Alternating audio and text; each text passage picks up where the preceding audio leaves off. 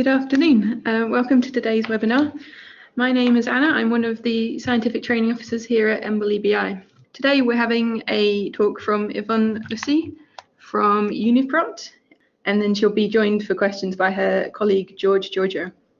Okay, thank you. We'll pass over to Yvonne now. Hi, I'm Yvonne Lucy. I'm a scientific database curator at UniProt. In this webinar, I aim to give you an overview on one of our current curation projects at UniProt, which deals with the curation of proteins involved in Alzheimer's disease, including the annotation of disease variants and their characterization.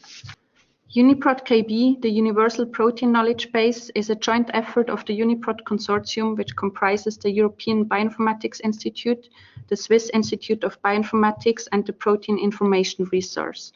Together, we aim to provide the scientific community with a comprehensive, high-quality, and freely accessible resource of protein sequences and functional information. By expert literature curation, we provide detailed information on protein function, including the involvement in pathways, protein interactions, subcellular location, and more. We provide primary sequences and sequences of isoforms, disease variants, and sequence-specific modifications. Importantly, we provide unique stable identifiers for all protein entries that allow for specific identification of proteins and that should be used when citing UniProt entries. Currently, UniProt takes part in the medical initiative of the NIH National Institute of Aging that was formed in 2018 with the aim to capture information on proteins involved in Alzheimer's disease and determine and catalogue the effects of disease-causing variants. The overall goal of the project is to improve the link between disease variants and disease phenotype and improve our understanding of the molecular mechanisms of the proteins involved in the disease, which might give us novel insights into disease development. Three main aims are stated for the Alzheimer's disease curation project. One, to provide experimental information for proteins involved in Alzheimer's disease by updating over 350 proteins with an association to Alzheimer's disease by manual curation of literature, including the annotation and characterization of disease variants.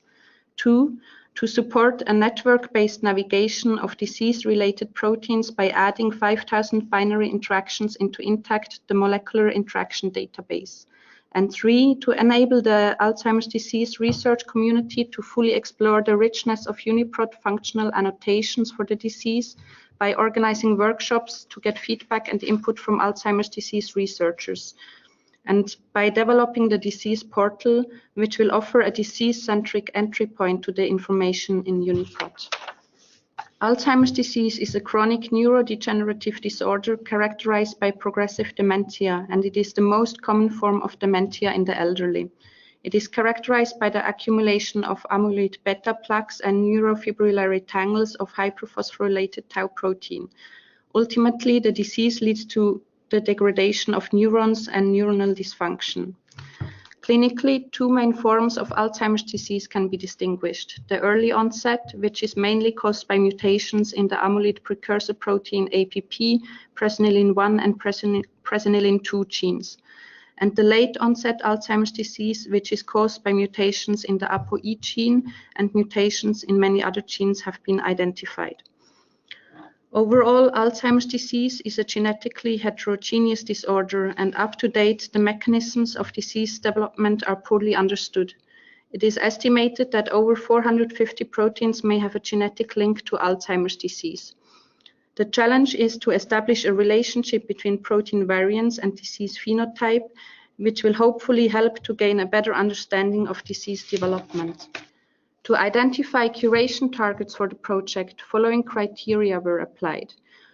First, proteins known to have a functional role in Alzheimer's disease, like presenilin 1 and ApoE. Second, known drug targets for Alzheimer's by querying the Campbell database using relevant disease ontology. Third, proteins that physically interact with those identified in point 1 and 2. And fourth, genes that show strong genetic evidence for involvement in Alzheimer's disease. For the identification of the curation targets, we got input from the Lovering Group at UCL, part of the Alzheimer's Disease Research UK network, and from the Arrighi Group at the University of Delaware in the US.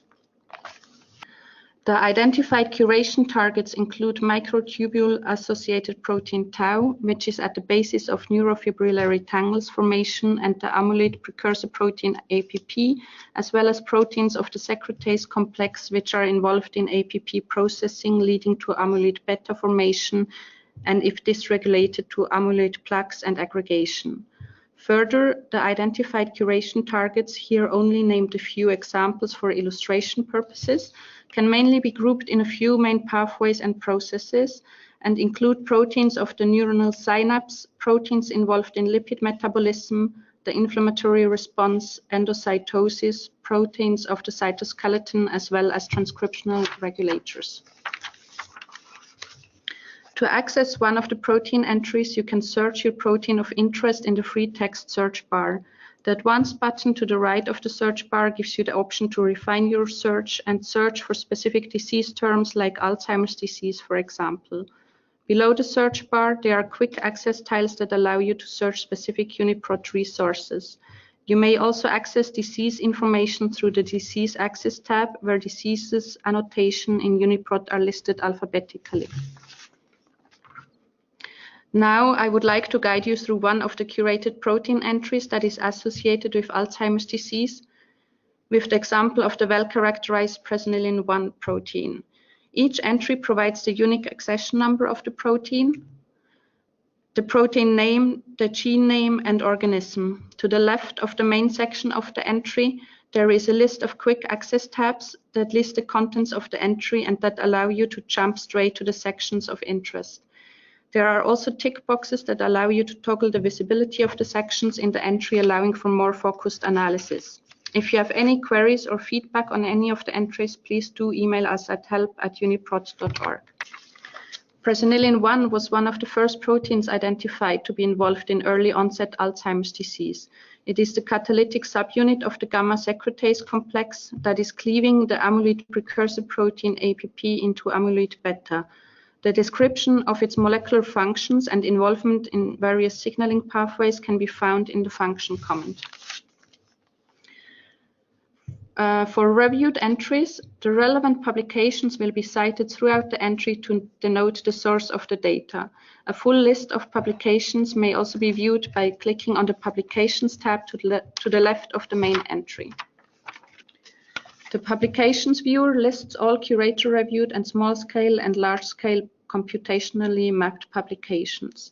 For the curator-reviewed articles, you will see a list of the type of information that has been obtained from the article and included in the entry. The filters on the left allow you to quickly access articles that might be of interest. For example, in the highlighted reference at the bottom, you can see that this article has been cited for interaction data.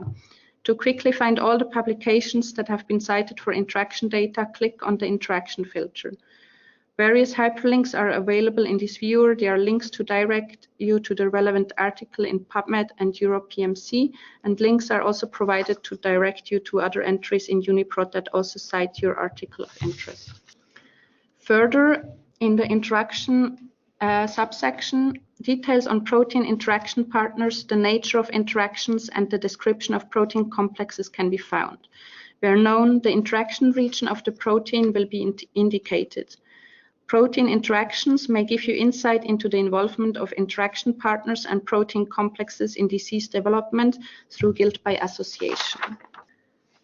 Furthermore, in the interaction section, binary protein-protein interactions using a dataset supplied by the IMEX consortium can be viewed graphically, where each dot represents an interaction and the intensity of the dot color denotes the number of experiments supporting the interaction. Clicking on a dot will reveal further details on the interacting partners, including names, identifiers, and link to UniProt entry, lists of diseases, subcellular location, number of experiments, and link to intact. The Pathology and Biotech section provides information on the diseases associated with a given protein. The information is extracted from the scientific literature, and diseases that are also described in the OMIM database are represented with a controlled vocabulary in the following way: disease name and disease abbreviation with links to literature evidence specific to the disease. the disease description, and a link to OMIM, the Mendelian inheritance of man. A node field is used to describe the role of the gene protein in disease pathogenesis and distinguish, when possible, between causative, susceptibility, and modifier genes according to literature and OMIM reports. OMIM offers classification of disease phenotypes. Alzheimer's disease, with the currently available knowledge, is classified into different subtypes according to severity, inflammatory response, and type of onset or trigger. Details of disease-associated natural variants are also provided in the Pathology and Biotech section. In UniProt, we annotate functional variants, mutations in the coding region of the gene, including missense amino acid substitutions, nonsense substitutions producing a stop codon and resulting in protein truncation, small in-frame insertions, small in-frame deletions. The variant section provides extensive information on variant position, amino acid change, disease association, variant evidence from the literature, variant-specific comments, and database cross-references. One might be interested in a specific disease-associated variant, for example, presenilin 1 variant 435, which is a single amino acid substitution from a leucine to a phenylalanine, and which is described to impact gamma secretase activity.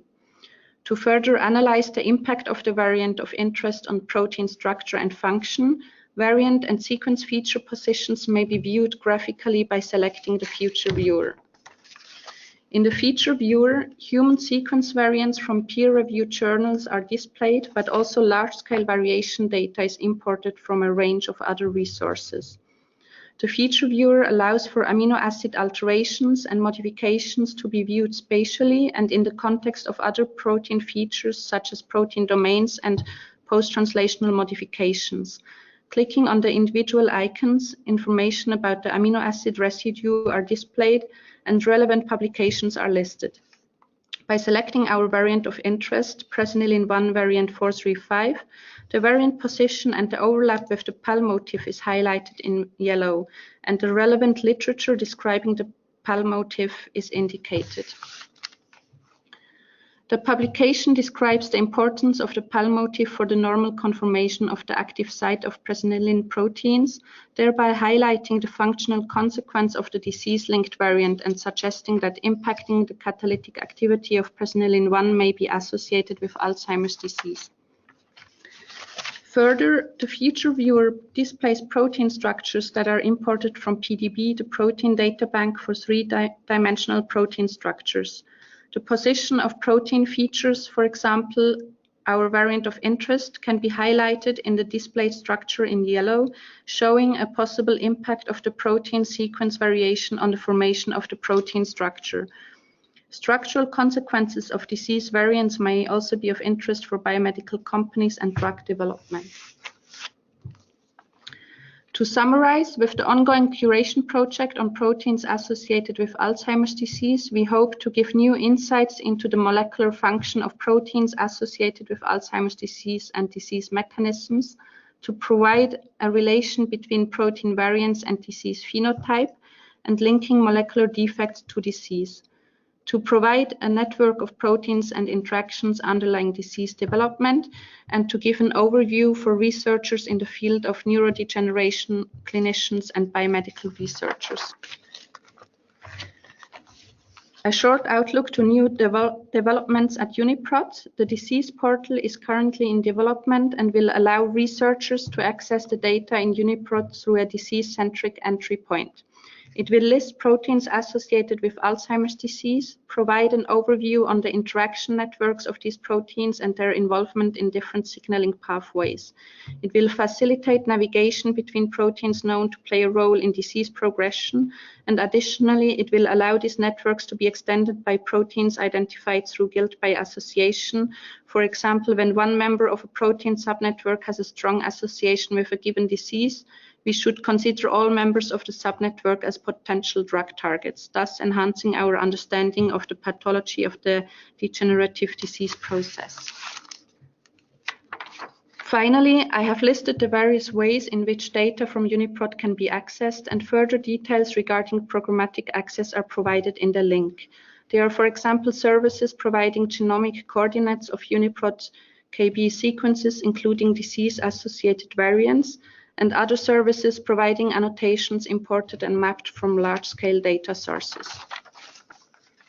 Before I finish, I would like to acknowledge our funding sources. UniProt is supported by the funding of various institutions, the National Institutes of Health, including the National Human Genome Research Institute and National Institute of Aging, the European Molecular Biology Laboratory, State Secretariat for Education, Research and Innovation of the Swiss federal government, and Open Targets. UniProt is a joint effort of a dedicated team of talented and hardworking individuals at 3 UniProt sites, the EBI in the UK, the PIR in the US, and SIB in Switzerland. Thank you very much for listening to this webinar. Please use the chat box to ask any questions or write us at help@uniprot.org. Great, thank you, Yvonne. So we've already had a couple of questions. So we have a question if these information that I mentioned are available, that they are available for all proteins, what information is only available for proteins associated with Alzheimer's disease?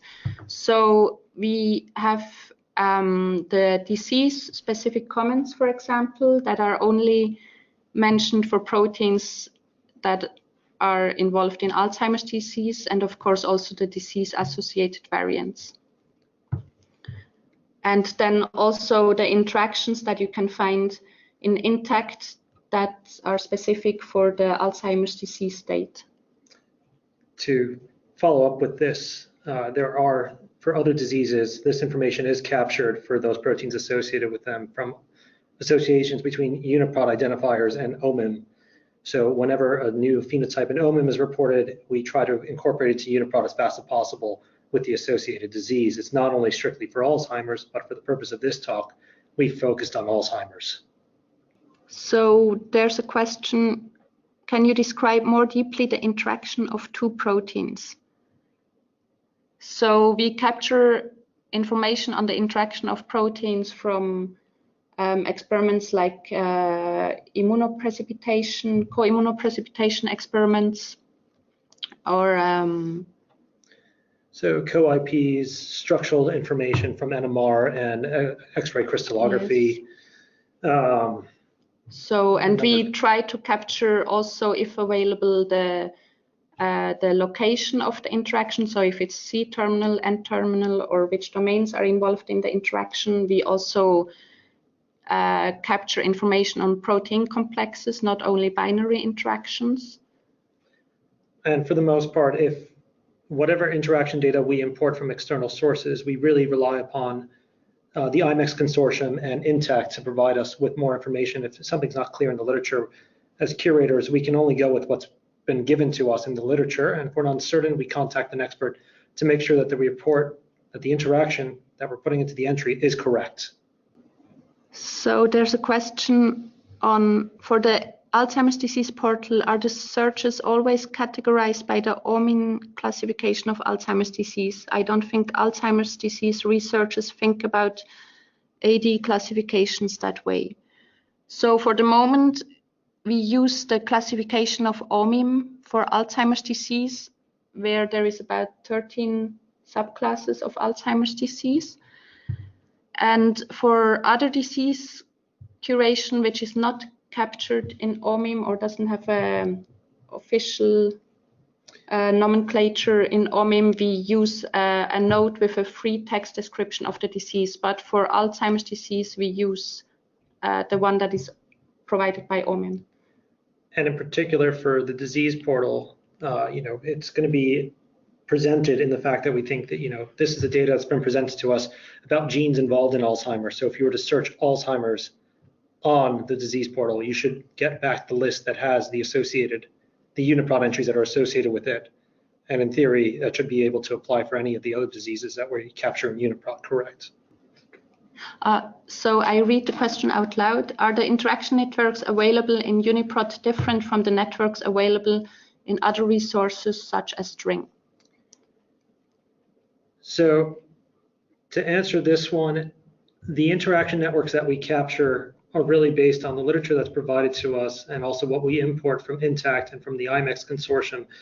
We do import some string network interactions, but you won't see currently in UniProt the same kind of network layout like you would see in Cytoscape or in string itself.